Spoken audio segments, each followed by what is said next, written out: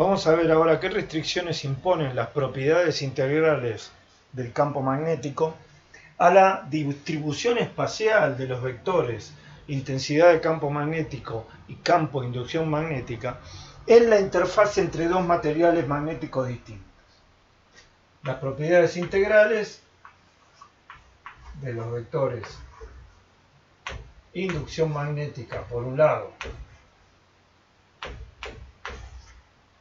e intensidad de campo magnético por otro lado son las siguientes. El flujo del vector inducción magnética a través de una superficie cerrada cualquiera es igual a cero y la circulación a lo largo de un camino cerrado del vector intensidad de campo magnético es igual a la corriente eléctrica neta que atraviesa una superficie cualquiera cuyo contorno sea la circulación. Esto es corriente eléctrica, no lo escribo ahora como lo escribí antes entre corchetes, pero es igual al flujo a través de una superficie cualquiera cuyo contorno sea la circulación del vector densidad de corriente. La C aquí refiere de nuevo a concatenada, que es el concepto que surge de la consideración del flujo a través de una superficie cuyo contorno es esta circulación. Lo que estamos por analizar ahora es qué restricciones imponen estas dos propiedades a la distribución de estos dos vectores en la interfaz entre dos medios materiales de propiedades magnéticas distintas. Aquí hay una superficie que establece una discontinuidad de propiedades magnéticas. No escribo ni las ecuaciones del vector magnetización, ni la relación entre B y H en términos de susceptibilidad o de permeabilidad, para poner énfasis en que no necesitamos consideraciones adicionales. Con estas dos propiedades es suficiente.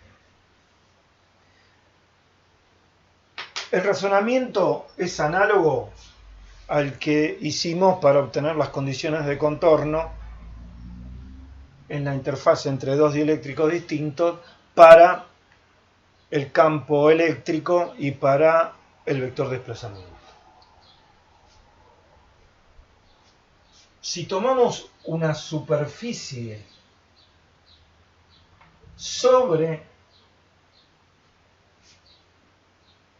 la discontinuidad, sobre la superficie de interfaz entre los dos materiales magnéticos, y sobre ella dibujamos una curva cerrada cualquiera que encierre una superficie diferencial S,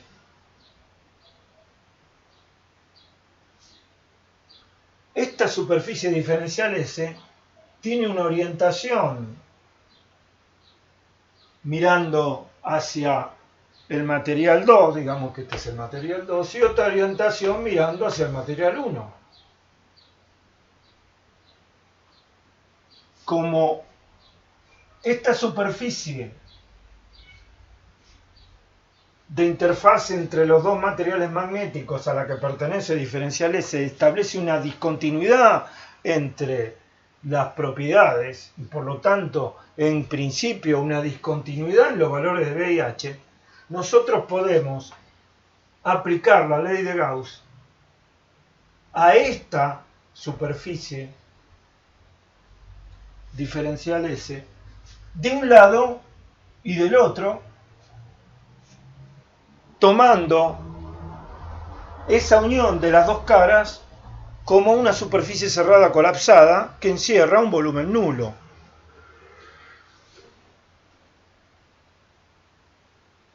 Esa superficie cerrada colapsada tendrá el mismo diferencial S que la define en forma completa. De un lado apuntando desde la interfaz hacia el interior del material 2 y del otro lado lo propio hacia el material 1.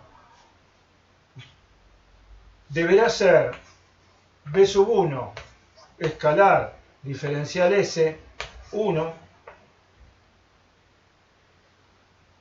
más B sub 2 escalar diferencial S2 igual a 0.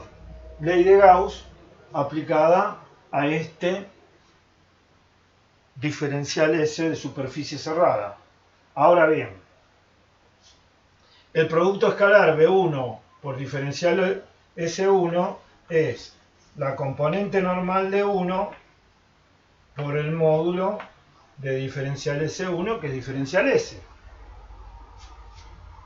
Y el mismo producto escalar evaluado del otro lado nos dará menos la componente normal de B del lado de 2 por diferencial S, porque el módulo de diferencial S1 y de diferencial S2 es diferencial S. El signo menos deriva de que si tomamos el flujo en un sentido de un lado, lo tenemos que tomar en el sentido contrario del otro.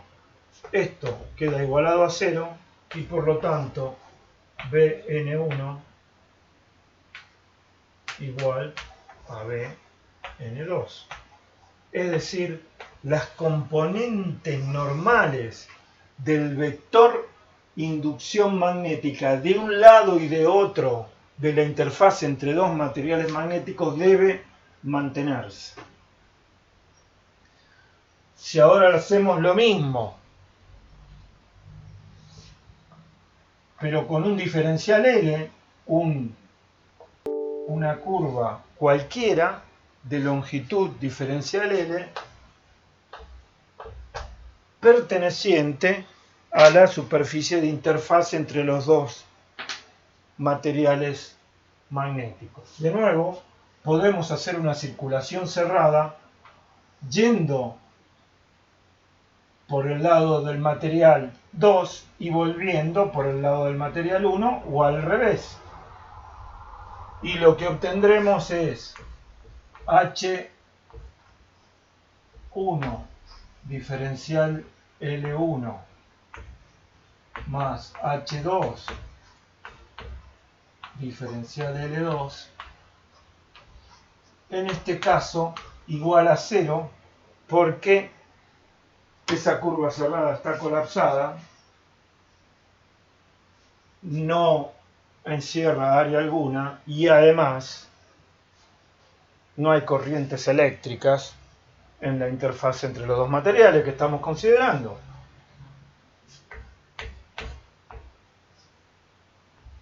El producto escalar de H1 diferencial L1 es la componente tangencial de H por diferencial L, porque el módulo de diferencial L1 es diferencial L, y por las mismas consideraciones que antes, el producto escalar de H2 diferencial L2, si este lo tomamos positivo, tendrá que ser negativo, el módulo de diferencial L2 es el mismo, y queda HT1 igual a HT2, es decir, las componentes tangenciales del vector intensidad del campo magnético deben permanecer constantes de un lado y de otro del material, de la interfaz entre los dos materiales magnéticos. Con este resultado podemos analizar qué ocurre en la interfaz entre un material ferromagnético, o sea, mu sub R mucho mayor que 1, y un material no magnético o el vacío.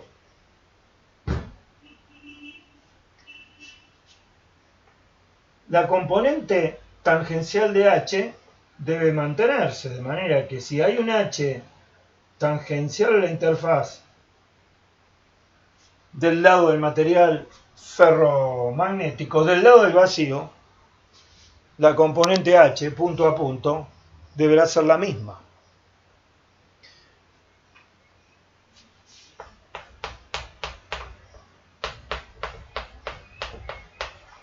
Pero eso implica que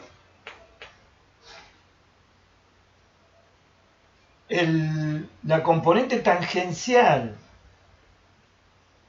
de el vector inducción magnética del lado del material ferromagnético será mu sub 0 por mu sub r por ht1.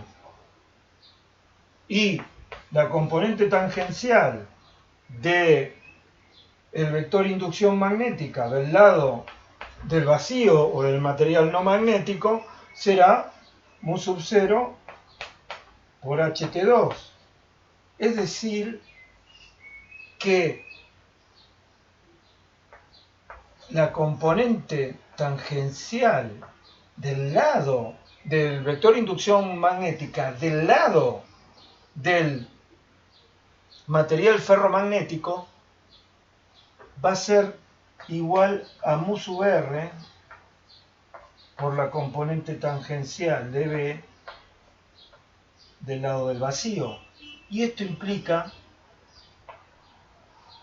que B, el vector inducción magnética del lado del material ferromagnético, va a ser mucho más intenso, del orden de 400 veces más intenso, que el campo de inducción magnética desde el lado del material no magnético, por ejemplo, del lado del aire o del lado del vacío. Y esto nos lleva al concepto de circuito magnético. Si en vez de tener un toroide en el que nos hemos tomado el trabajo de bobinar íntegramente el toroide para sostener la simetría y poder considerar que las líneas de B, las líneas del vector inducción magnética están todas dentro del material, podríamos, si el toroide va a tener un núcleo ferromagnético, en vez de diseñarlo como un toroide, lo podemos diseñar con esta forma, con una sección cualquiera, y la bobina, en vez de estar desplegada en todo el perímetro, lo podemos desplegar solo en esta zona. ¿Por qué? Porque las líneas de B de todas maneras van a estar encausadas por lo que aporta la magnetización del material ferromagnético, van a estar encausadas dentro del material ferromagnético. La línea de B, el B del lado de adentro, va a ser cientos de veces mayor que el B del lado de afuera.